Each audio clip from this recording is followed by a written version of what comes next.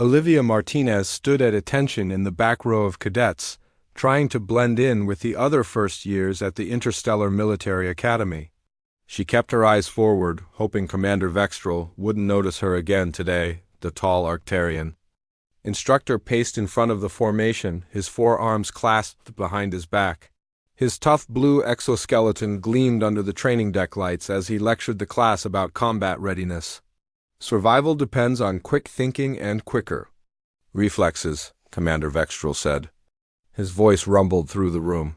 Some species naturally possess these traits, others ... His large compound eyes swept over the human cadets in the group. Others must work much harder to keep up. Olivia felt her face grow warm but kept her expression neutral. It wasn't the first time Commander Vextrel had made comments about human limitations. The Academy had only started accepting humans 15 years ago, and some instructors still questioned if they belonged. Beside her, Sam Wright shifted uncomfortably. He was the only other human in their squad, and they had formed a quick friendship during their first weeks at the Academy. Today we assess your combat readiness, Commander Vextrel continued. Each cadet will enter the simulation chamber and face a standard hostile engagement scenario. Your objective: eliminate all enemies or reach the extraction point. The Arctarian tapped his data pad, and a list of names appeared on the large screen. Behind him, report to the sim chamber when called, dismissed. As the formation broke, cadets gathered around the screen to check their positions in the lineup. Sam scanned the list and turned to Olivia with a frown. That's weird. You're not. On here, Olivia checked for herself. Maybe I got lucky? Cadet Martinez. Commander Vextrel's voice made them both jump. He stood directly behind them, looming nearly 2 feet taller than either human. You will report to Simulation Chamber 5 immediately. Sir, I don't see my name on the standard roster? Because you're not taking the standard simulation. His mandibles clicked in what the cadets had learned was an Arctarian expression of satisfaction. Special assessment for you. Sam gave her a worried look as Commander Vextrel led Olivia away from the group. She followed the instructor down a series of corridors until they reached a larger simulation chamber than the ones used for basic training. Several senior officers stood in the observation room. Lieutenant Kate Rogers, the Academy's programming specialist, typed rapidly at a console. A few senior cadets lounged against the back wall, watching with mild interest. What is this about, sir? Olivia asked. Commander Vextrel gestured toward the chamber door. Humans keep insisting they deserve places at this academy despite your physical limitations. Let's see what you're actually capable of. Olivia recognized this for what it was, a setup. Commander Vextrel had been looking for ways to prove humans didn't belong since orientation day. This simulation is typically reserved for third-year cadets, Lieutenant Rogers said without looking up from her console. Are you certain about this assignment, Commander? Absolutely, Commander Vextrel's compound eyes fixed on Olivia. Unless Cadet Martinez wishes to decline the opportunity? It was a challenge, plain and simple. Refusing would only reinforce his belief that humans were weak. I'm ready, sir, Olivia said, straightening her posture. The door to the simulation chamber slid open. Olivia walked in, feeling the eyes of everyone in the observation room on her back. The chamber was a large empty space with gray walls. Once the simulation began, the room's advanced holographic and environmental systems would transform it into whatever scenario had been programmed. Standard equipment only, Commander Vextrel's voice came through the speaker. A panel in the wall opened, revealing a rack with a standard-issue pulse rifle, sidearm and combat vest. Olivia suited up, checking the weapons as she'd been taught. The rifle was heavier than she liked. While she had passed all the required marksmanship tests, she had never excelled at direct combat. Her strengths lay elsewhere. Before joining the academy, Olivia had studied psychology and cultural patterns. She could speak 4 Earth languages and had picked up basic communication skills in 6 alien dialects since arriving at the academy. Not skills that impressed. Commander Vextrel, the speaker crackled again. The objective is simple, Cadet Martinez. Eliminate all hostiles or reach the extraction point. The Academy record stands at 7 minutes, 14 seconds. Commander Vextrel paused. I expect you'll provide us with a new benchmark for failure. Laughter echoed from some of the senior cadets in the observation room. Beginning simulation. In 10 seconds, Lieutenant Rogers announced. Olivia took a deep breath and readied herself. The gray walls around her shimmered and faded. A new world materialized, a city street on what appeared to be a colony world. The buildings were a mix of Earth architecture and alien design. Smoke rose from several structures. Sirens wailed in the distance. A mission brief appeared in her field of vision. Location, Proxima Colony, Eastern District. Situation, armed insurgent uprising. Primary objective, reach extraction point. Secondary objective, neutralize insurgent. Leaders, warning, civilians present. Olivia scanned her surroundings. The street was empty for now, but she could hear shouting from around the corner. Her tactical display showed the extraction point was nearly a kilometer away. Through the heart of what was likely enemy territory, most cadets would charge ahead, relying on the superior training and equipment the simulation provided. That was what Commander Vextrel expected her to do, and likely why he had chosen this scenario for her. A human trying to outfight alien insurgents would almost certainly fail, but Olivia had spent her free hours studying the Academy's simulation programs. She knew these programs were sophisticated, but still followed basic algorithmic patterns. And she had noticed something about this particular simulation from stories other cadets told. The sounds of approaching hostiles grew louder. Olivia made a quick decision and did something unexpected. She holstered her sidearm and secured the rifle across her back. In the observation room, she could imagine Commander Vextrel's satisfaction. The human was already giving up, but Olivia wasn't giving up. She was thinking differently. She quickly ducked into a nearby building, what appeared to be a small shop. Inside, she found what looked like local clothing. She pulled a simple gray poncho over her combat vest, hiding most of her military gear but keeping her weapons accessible if needed. Outside, 6 armed insurgents moved down the street checking buildings. Their skin was a pale green, with ridged foreheads, Proxima colonists who had adapted to the planet's environment over generations. Instead of hiding or preparing to fight, Olivia stepped out into plain view. In the observation room, Commander Vextrel leaned forward, mandibles twitching in anticipation of the human's quick failure. But the next moment would change everything at the Interstellar Military Academy. The insurgents spotted Olivia immediately. 6 weapons aimed at her chest as she stood exposed in the middle of the street. For a tense moment, nobody moved. Then Olivia did something that shocked everyone watching from the observation room. She raised her hand slowly and spoke in a language that wasn't part of the standard simulation programming. Kemtala ne vorax, she said, her pronunciation careful but confident. Miolan doctor, helpa ne. The insurgents looked at each other in confusion. Their weapons remained pointed at her, but they didn't fire. In the observation room, Lieutenant Rogers turned to Commander Vextrel with wide eyes. That's impossible. The linguistic subroutines aren't accessible to participants. Commander Vextrel's mandibles clicked rapidly in agitation. What is she doing? Cadet Alex Morgan, a third-year known for his tactical brilliance, leaned forward. With interest. She's speaking their language. But how did she know it? Sam Wright, who had slipped into the observation room after finishing his own simulation, smiled slightly. Olivia studies everything. She probably memorized phrases from previous runs of this simulation. On the street, Olivia kept her hands visible as she continued speaking in broken phrases. She pointed to her hidden combat vest and made gestures suggesting medical help. The insurgents were programmed to be hostile to military personnel, but neutral toward medical staff. The leader of the insurgent group barked an order, and 2 of his soldiers approached Olivia. They roughly searched her. Finding her weapons but seemingly confused by her behavior, Olivia reached slowly into a pocket on her combat vest and pulled out a small medical scanner that was part of the standard equipment. She held it up, pointing.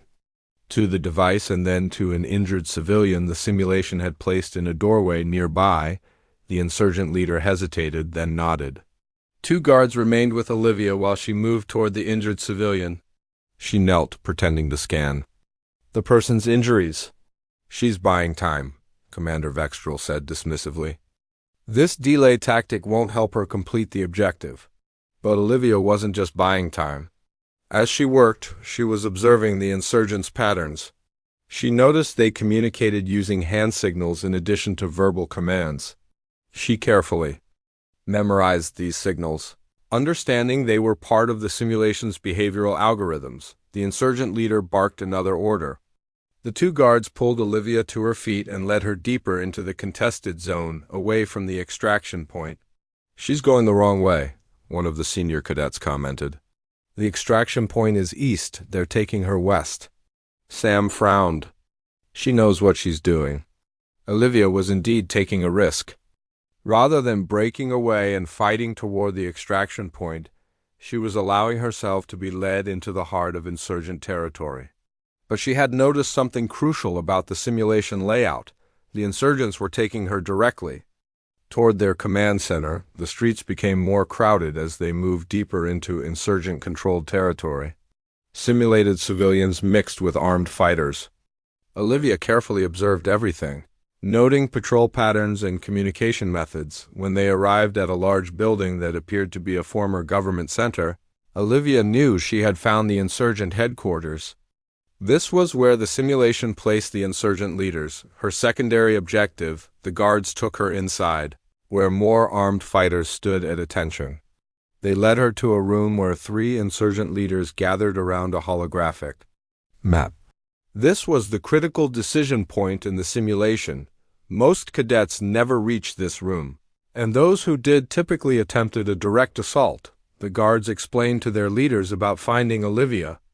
The leaders looked at her with suspicion. One stepped forward, speaking in the standard language of the simulation. "You claim to be a doctor, yet you carry military weapons? Explain yourself." Olivia had been preparing for this moment. "I was with the medical corps," she replied. "We were attacked. I took weapons to defend my patients." The leader studied her. The simulation was advanced enough to include sophisticated lie detection algorithms. Olivia kept her expression open and maintained eye contact. "Why should we trust you?" the leader demanded. "Because I can help you," Olivia replied. She glanced meaningfully at the holographic map. "And because I have information about military movements in the Eastern District." This caught their attention. The Eastern District was where the extraction point was located. By offering this bait, Olivia was attempting to manipulate the simulation's strategic response protocols. In the observation room, everyone watched in stunned silence. Commander Vextrel's initial smugness had faded to confusion. "This isn't how the simulation is supposed to work," he muttered. Lieutenant Rogers shook her head in amazement. "She's not breaking the rules. She's just using them in a way we didn't anticipate." The insurgent leader gestured Olivia toward the map. "Show us these movements." Olivia approached cautiously. She pointed to several locations near the extraction point, describing fictional patrol routes. As she spoke, she subtly observed the control panel beside the map. Standard simulation.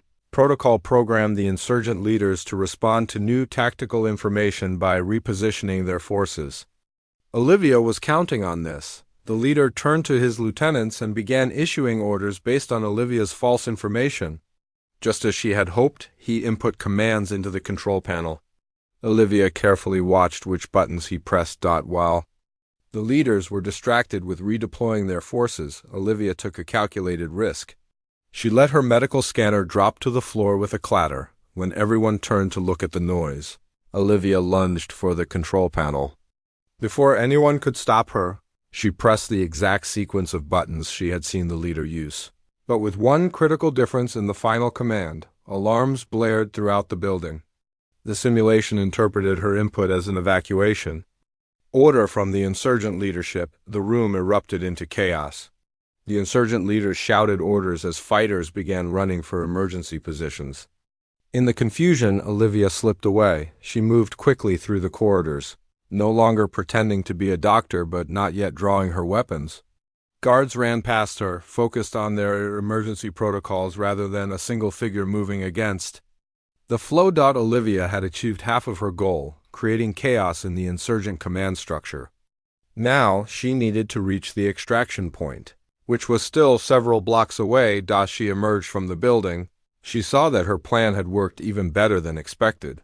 The entire insurgent force was in disarray, responding to contradictory orders and false alarms. In the observation room, the timer continued running. Olivia had been in the simulation for just over 1 minute. Olivia moved swiftly through the streets. The extraction point was still several blocks away, and according to her tactical display, she had just over 50 seconds to beat the record. But beating the record wasn't her goal anymore. She wanted to prove something much more important. In the observation room, the atmosphere had changed completely. What had started as an attempt to humiliate a human cadet had turned into a masterclass in unconventional problem-solving. Even Commander Vextrel watched in silent fascination. "She still has to get through the final security zone," Alex Morgan pointed out. "That area is programmed to be impossible to cross without direct combat." Sam Wright shook his head. "If anyone can find another way, it's Olivia." As if on cue, Olivia stopped at an intersection and studied her surroundings. The final zone lay ahead, a heavily guarded checkpoint that all cadets were forced to fight through. The simulation was designed this way intentionally to test combat skills under pressure, but Olivia had no intention of fighting. She looked up at the buildings around her, then down at the ground. A slow smile spread across her face. "What is she looking at?" Lieutenant Rogers asked, leaning closer to the monitor. Olivia knelt down beside what appeared to be a maintenance cover in the street. The simulation included detailed infrastructure elements that most cadets ignored. She pried open the cover, revealing a network of pipes and conduits beneath the street. "The water distribution system," Lieutenant Rogers said with surprise.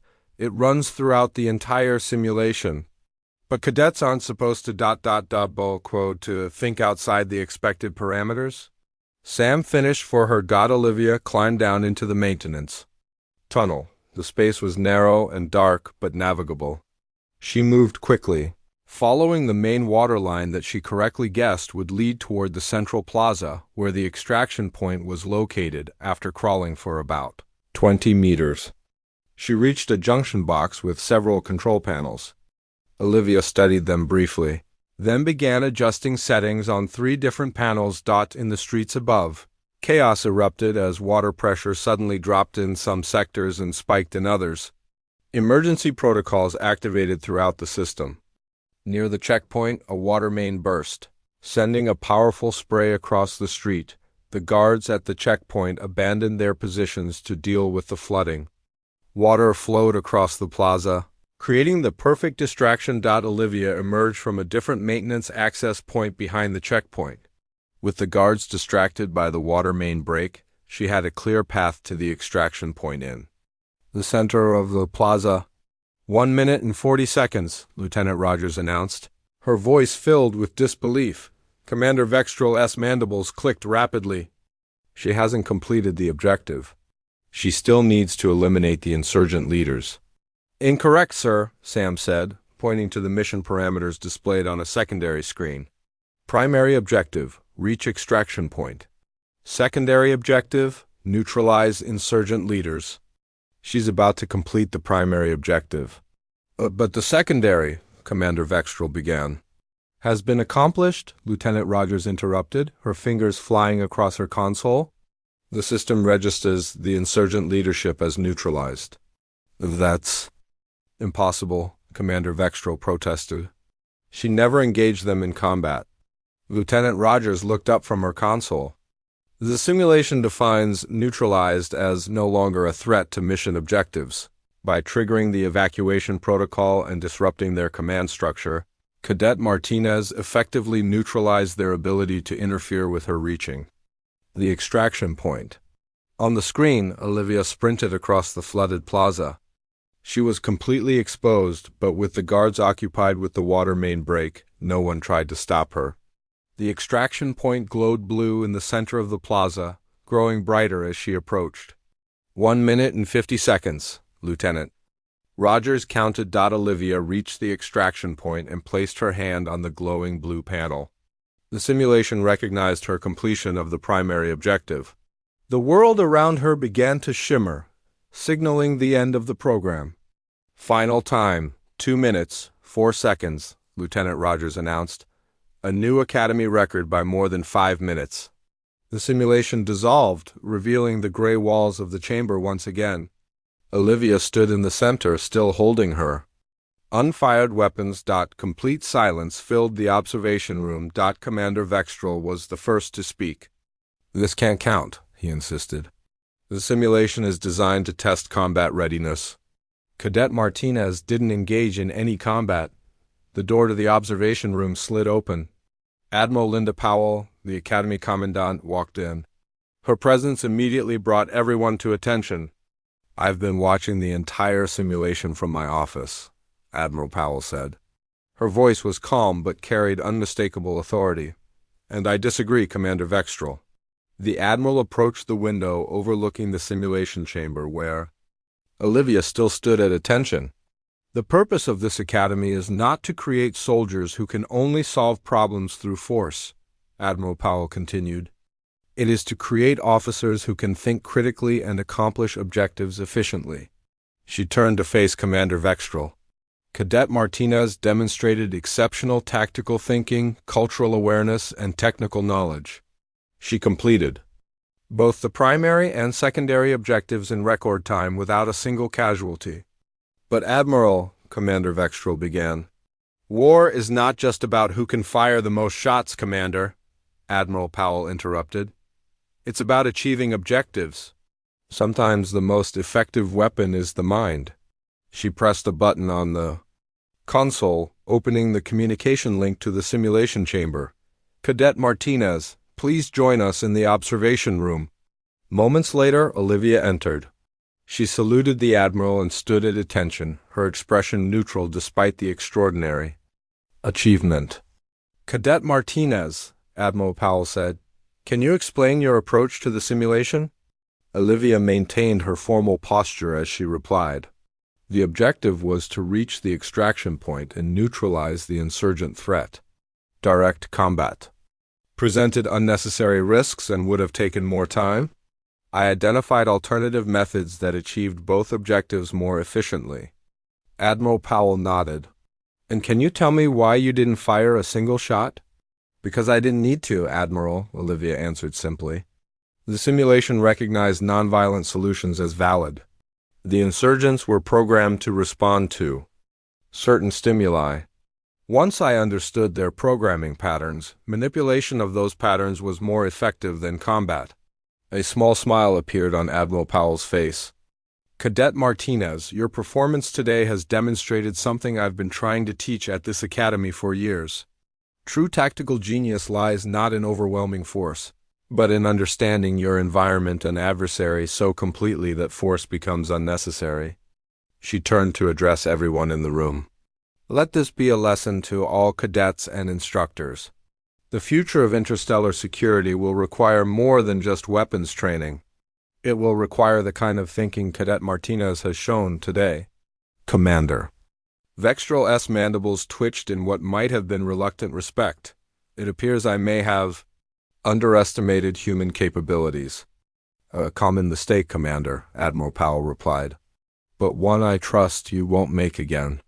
The timer on the main display continued to flash. 2:04. A new Academy record that would stand for many years to come. News of Olivia's achievement spread through the Academy like wildfire. By the time she returned to the cadet quarters that evening, everyone knew her name. In the dining hall, conversations paused as she walked by. Some cadets looked at her with newfound respect, while others seemed unsure what to make of her approach. Sam caught up with her as she filled her tray with food. You're famous now, he said with a grin. The cadet who beat the unbeatable Sim without firing a shot. Olivia shrugged. I just did what made sense to me. They found a table in the corner where they could talk without too many others listening. Alex Morgan approached, carrying his own tray. Mind if I join you? He asked. Olivia gestured to an empty seat. Alex was a senior cadet she knew only by reputation, a tactical prodigy who had set several academy records himself. That was impressive. Work today, Alex said as he sat down. I've run that simulation 14 times. Never once thought to use the water system. Or speak their language, Sam added. Alex nodded. How did you know the linguistic patterns? Those aren't in any of the briefing materials. Olivia took a bite of her food before answering.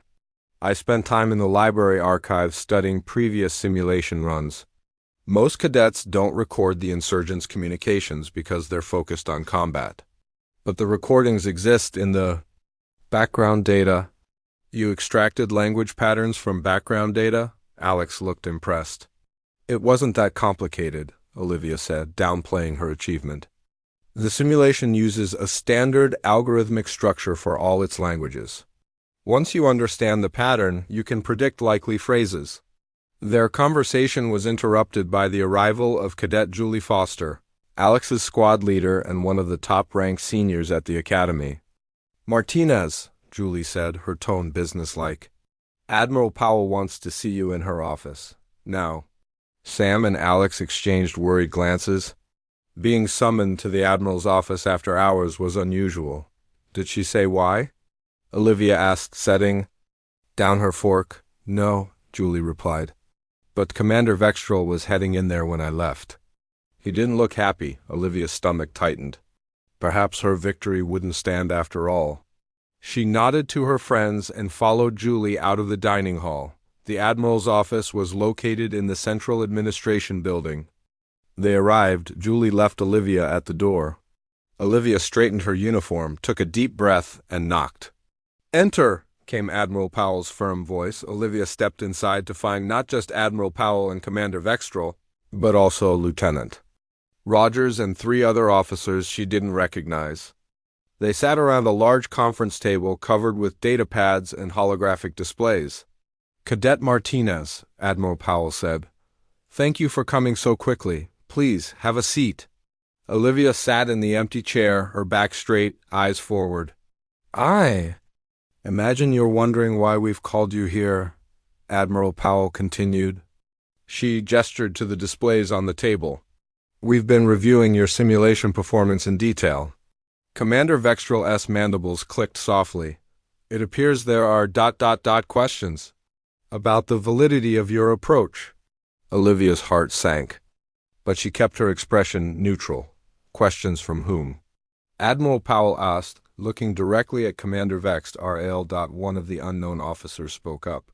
Several instructors have expressed concern that allowing non-combat solutions might undermine the purpose of combat training. Admiral Powell nodded. A fair concern.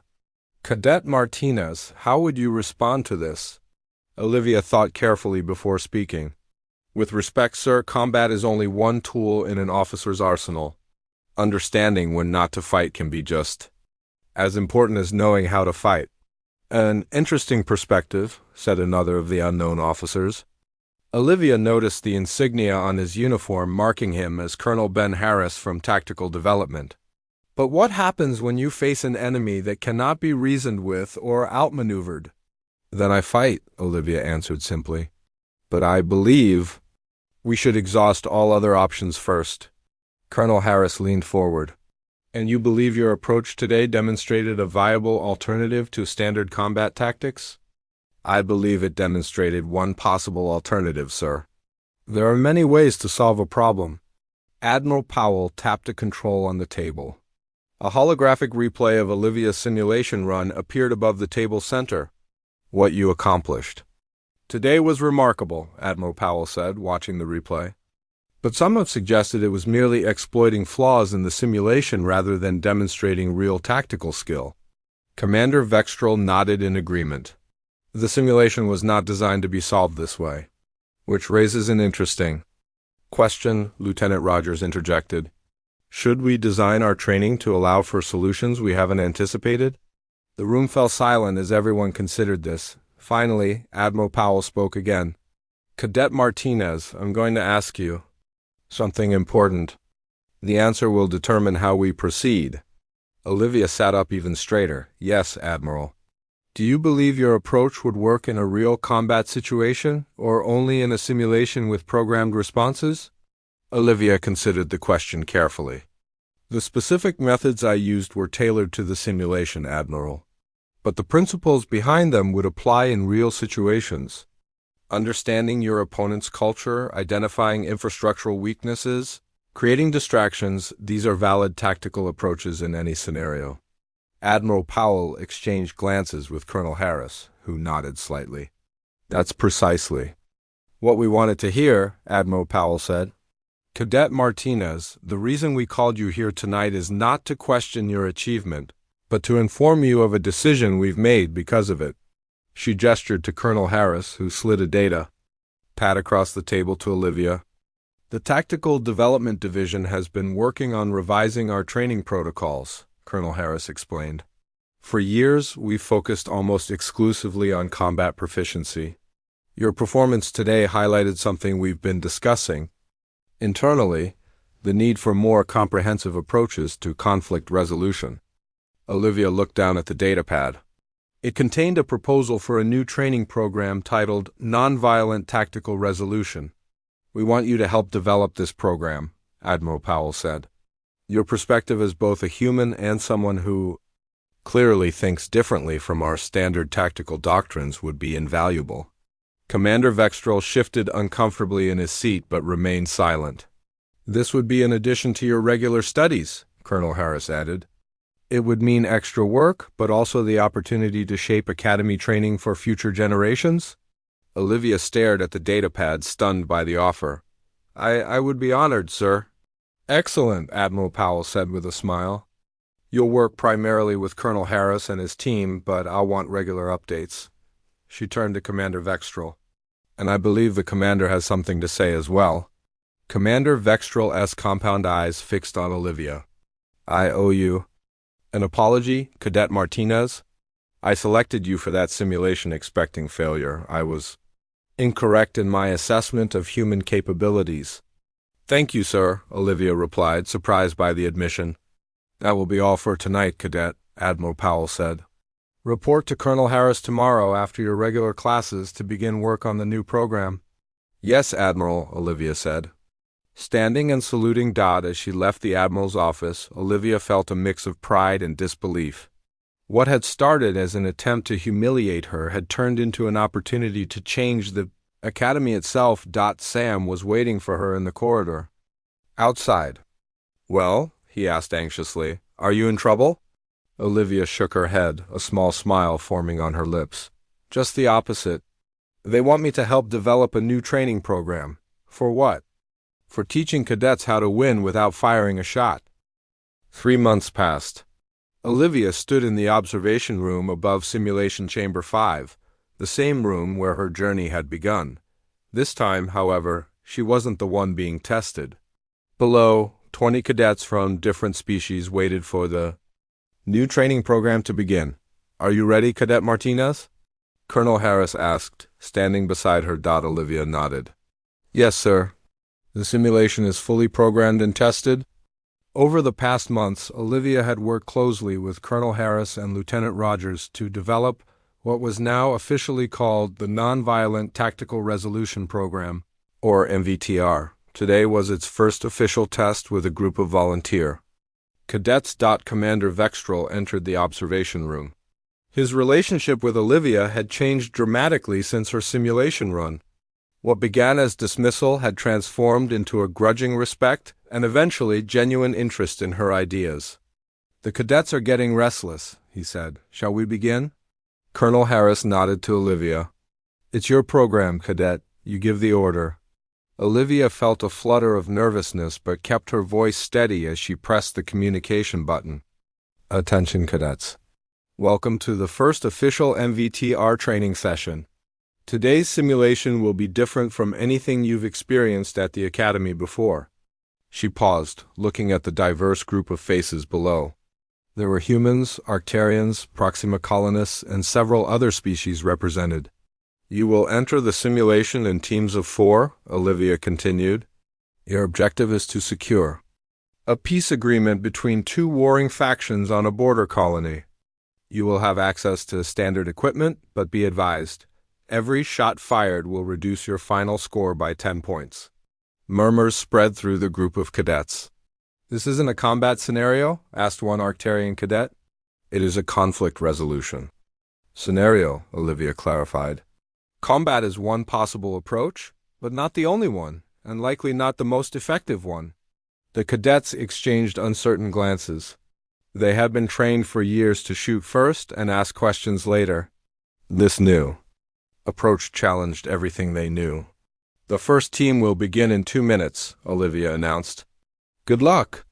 She switched off the communication link and turned to Colonel Harris. They looked skeptical. Of course they do, Commander Vextrel said. You're asking warriors to be diplomats. I'm asking them to be complete officers, Olivia countered. Sometimes, the best way to win is without fighting at all. The first team entered the simulation.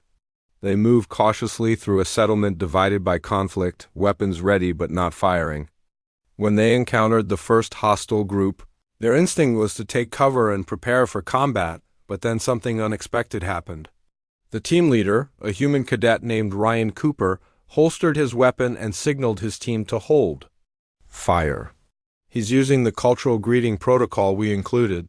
Lieutenant Rogers noted with approval. Ryan approached the hostile group with appropriate cultural gestures. The simulation was programmed to respond positively to certain diplomatic approaches, just as real people would dot in the observation room. Admiral Powell entered quietly and stood watching the monitors. Impressive, she said after a few minutes. They're actually negotiating instead of shooting. Colonel Harris nodded. Cadet Martinez designed the simulation to reward creative thinking. The scenarios adapt based on the cadets' approaches. The first team completed their run with only 2 shots fired, both warning shots rather than direct combat. They secured a basic peace agreement between the factions in just under 15 minutes. The second team took a more traditional approach, attempting to secure locations by force. They quickly found themselves bogged down in escalating conflicts, unable to make progress toward their objective. They'll learn, Olivia said quietly. By the end of the day, all 5 teams had completed the simulation. The results were clear. Those who emphasized communication and understanding achieved their objectives more efficiently than those who relied on force. After the final team finished, Olivia led a debriefing session in the Academy lecture hall. The cadets, initially skeptical, now asked thoughtful questions about diplomatic protocols and cultural understanding. This doesn't mean combat skills aren't important, Olivia emphasized. There will always be situations where fighting is necessary. But understanding when not to fight is equally valuable. As the cadets filed out, Admiral Powell approached Olivia. You've started something important here, Cadet Martinez. Thank you, Admiral. The Galactic Security Council has expressed interest. In your program, Admiral Powell continued, they're sending representatives next month to observe a demonstration. Olivia's eyes widened. The council itself? Admiral Powell nodded. Your approach has implications beyond the Academy. In an era of increasing interspecies tensions, diplomatic solutions are more crucial than ever. Commander Vextrel joined them, his mandibles clicking thoughtfully. I must admit, when you first beat my simulation without firing a shot, I thought it was a fluke. I was wrong. We were all wrong, Colonel Harris added. We've been training soldiers when we should have been training problem solvers. Olivia shook her head. We need both. The best officers know when to fight and when to talk. That evening, Olivia sat with Sam in the quiet corner of the Academy gardens. The setting suns cast a golden glow over the carefully tended alien plants. Did you ever imagine one simulation run would change everything? Sam asked. Olivia watched a group of first-year cadets walking along a nearby path. Among them were humans, Arcturians, and other species, all talking animatedly together. I just did what made sense to me, she said. I never expected it to become a whole new training program. You showed them something they hadn't considered before, Sam said. That humans might have something unique to contribute after all. Olivia nodded slowly. I think every species has unique perspectives to offer. The Academy just needed to create space for different approaches. A notification chimed on her datapad. It was a message from Lieutenant Rogers' simulation program.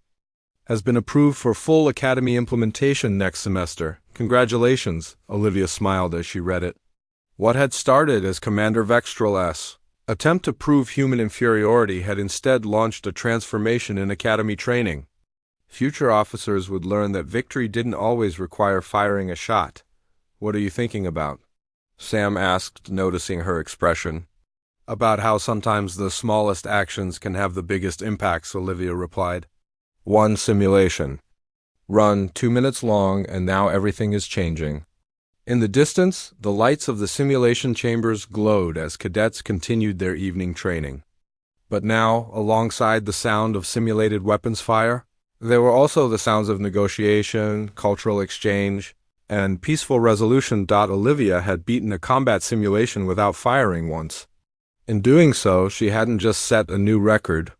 She had opened a new path forward for the Academy and perhaps for interstellar relations as well. It was a reminder that sometimes the most revolutionary act is simply to think differently. Ready for tomorrow? Sam asked as they got up to head back to the cadet quarters. Olivia nodded, watching the stars begin to appear in the darkening sky. Always, there's still so much more to learn, and so much more to teach.